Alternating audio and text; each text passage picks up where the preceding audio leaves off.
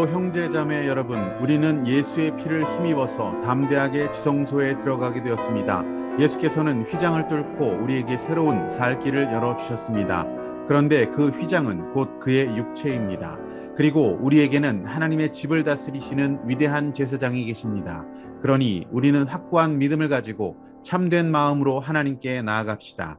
우리는 마음에다 예수의 피를 뿌려서 죄책감에서 벗어나고 맑은 물로 몸을 깨끗이 씻었습니다.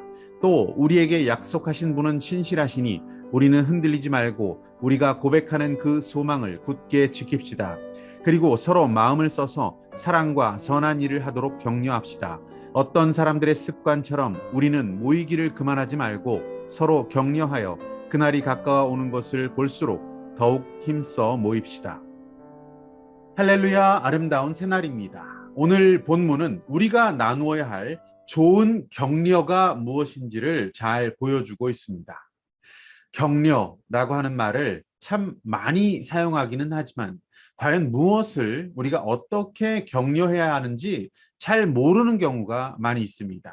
22절 말씀을 보시면 우리는 마음에다 예수의 피를 뿌려서 죄책감에서 벗어나고 맑은 물로 몸을 깨끗이 씻은 자로 살아갈 것을 권하고 계십니다. 이게 바로 격려자의 기본적인 마음, 기본적인 신앙 자세라고 보겠습니다.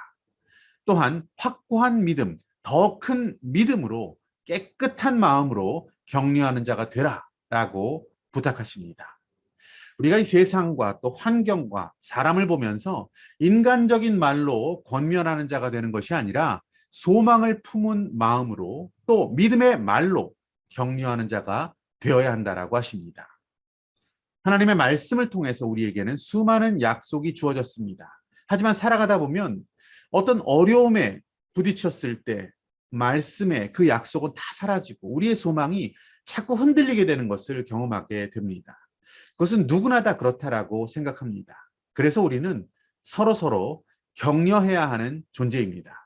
말씀의 약속과 그 소망을 굳게 붙잡을 수 있도록 믿음으로 격려해 주어야 하는 것입니다. 그래서 24절 말씀은 이렇게 말씀하십니다. 그리고 서로 마음을 써서 사랑과 선한 일을 하도록 격려합시다. 이렇게 말씀하십니다. 이것이 바로 우리가 감당해야 할 격려, 그 사랑의 실천이라고 볼 수 있겠습니다. 오늘 본문 말씀을 관통하고 있는 격려라고 하는 단어는 믿음과 소망과 사랑이라고 하는 이러한 단어로 정리되어지고 있습니다. 그렇게 격려할 수 있는 사람들, 그렇게 격려할 수 있는 공동체가 되어야 할 것입니다. 코로나의 시간을 지나가면서 교회를 나가지 않는 성도, 즉 가나안 성도라고 하죠. 참 많이 늘게 되었습니다. 하지만 우리가 그들을 탓할 수만은 없습니다. 우리는 과연 믿음과 소망 그리고 사랑으로 격려하는 아름답고 복음적인 공동체를 이루었습니까? 우리가 그랬다면 가나안 성도가 될 이유는 애초에 없었을지도 모릅니다. 우리가 잘 아는 25절 말씀은 어떤 사람들의 습관처럼 모이기를 그만하지 말고 격려하여서 서로 격려하여서 그날이 가까워오는 것을 볼수록 더욱 힘써 모입시다 라고 우리에게 말씀해 주십니다. 교회는 예수 그리스도의 핏값으로 사신 공동체입니다.